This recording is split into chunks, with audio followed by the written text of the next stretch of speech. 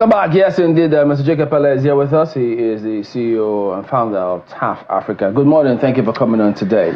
Thank you, Chamberlain. It's not Democracy Day. You seem very excited this morning. Yeah, I have to be because I've seen another day. You had democracy coffee. No. Because there are many who slept and didn't wake up. So if I wake up every day, I need to be thankful for that day. So that's the spirit. That's how I go. And I just played my own national anthem while we were on break. So I kind of loved it. If you're wondering what it is, my boy will tell you afterwards. So 1 year on. I know I've seen your statement about where we are and what has happened, but just for those who may not have seen it. So, is there an assessment of sort, where are we at the moment? I mean, from your impression, are we going back or we're just there? I think what the president has done in 365 days is, I will call it a bold step. He has taken some bold steps, not necessarily absolute achievement, but bold steps. And I can categorize them into four. One is economic rejuvenation. I mean, he inherited a very fledgling economy, and he's trying to rejuvenate and reactivate whatever he can do, whether it's fiscal policy or trying to get on with infrastructure and all that. The second thing is legislation. I'm very particular about the Student Loan Act that is in progress. I think I will look at the third aspect as, I wrote something down, the Forex system, the Forex issues that he's trying to solve.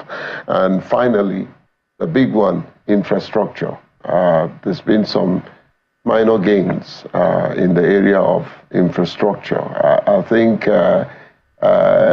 Abuja is taking a first lift, and that's kudos to Wike, and I pray that he focuses on that and will leave the state, River State politics. Did you get a sense that, I'm not sure if I remember properly, that meeting, or what was it about, ensuring that there's inclusiveness in infrastructure development across the country? Yeah. So there seems to be some progress in that. Well, I was going to come that, I actually scored that as a downturn. And in terms of downturn, the fuel subsidy is a downturn for me, because there's no clear-cut exit strategy, focus on some form of benefits.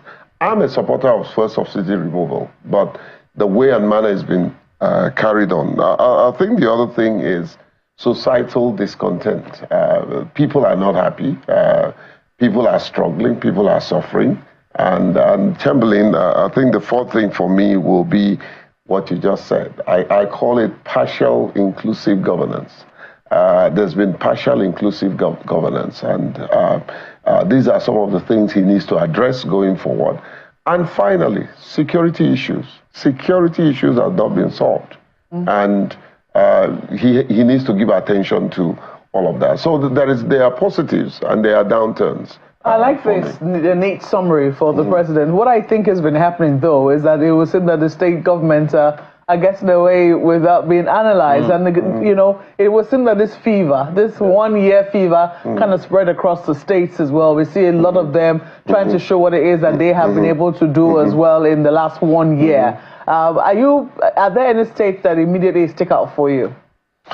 Well, I think in terms of some aspect of benefits, dividends of democracy, I think we'll be looking at the state where he's coming from, Lagos.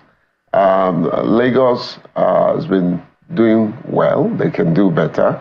Of course, not being sentimental, but I must also say that in spite of all the troubles that Siminalai have gone through, he's doing very well. I mean, what that young man has achieved in 4 months, which he openly said had been the only months that he has focused on real governance, in spite of all the issues he had to go through. He's achieved quite a lot. And that's what pressure can do. Pressure can produce power if it is positively channeled. I think it's done well. Akwa Ibom State have also done well. They've been in my radar and analysis.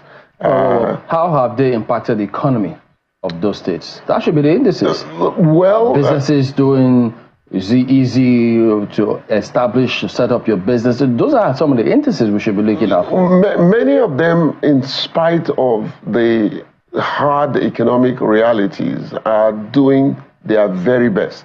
It appears as though the best is not good enough. Well, Chamberlain, it's hard time for everybody. And to be honest with you, don't forget, they were the ones who promised heaven and earth while they were campaigning. They were the ones who said, I will do. They were the ones who will go to tribunal, and they will be the ones who will say, no, I want the second term. So they have to be judged very harshly. Even the president said, well, I never knew how hard it is to govern until I got in there. But don't forget that I'm not their spokesperson anyway. That's what I'm putting it out there for them to hear. Analytic. Yeah, so basically, I think some of them have done well, given all the issues that they had to deal with. Some of them have done well. Some needs to do better. And, of course, going forward, we'll see what effort. What about issues? I was about to say, they have a lot more money. I mean, as a result of this fuel subsidy removal, there's been more accruing to the states. Absolutely. But also, there are also more issues around inflections and the rest of the security issues and all that. Don't forget, I'm not speaking for them, but I'm saying that some of them that have taken some giant stride, and we must recognize that. And there are some that haven't done well at all. Instead of staying in their states and taking care of governance, they are busy chasing around, going around with the president. Some live in Abuja. They don't stay in their states. They live in Abuja. That's exactly what I'm trying to say, Chamberlain. I agree with you. Many of them are just busy running around, enjoying the perks of the office and not doing anything about their people. Yeah.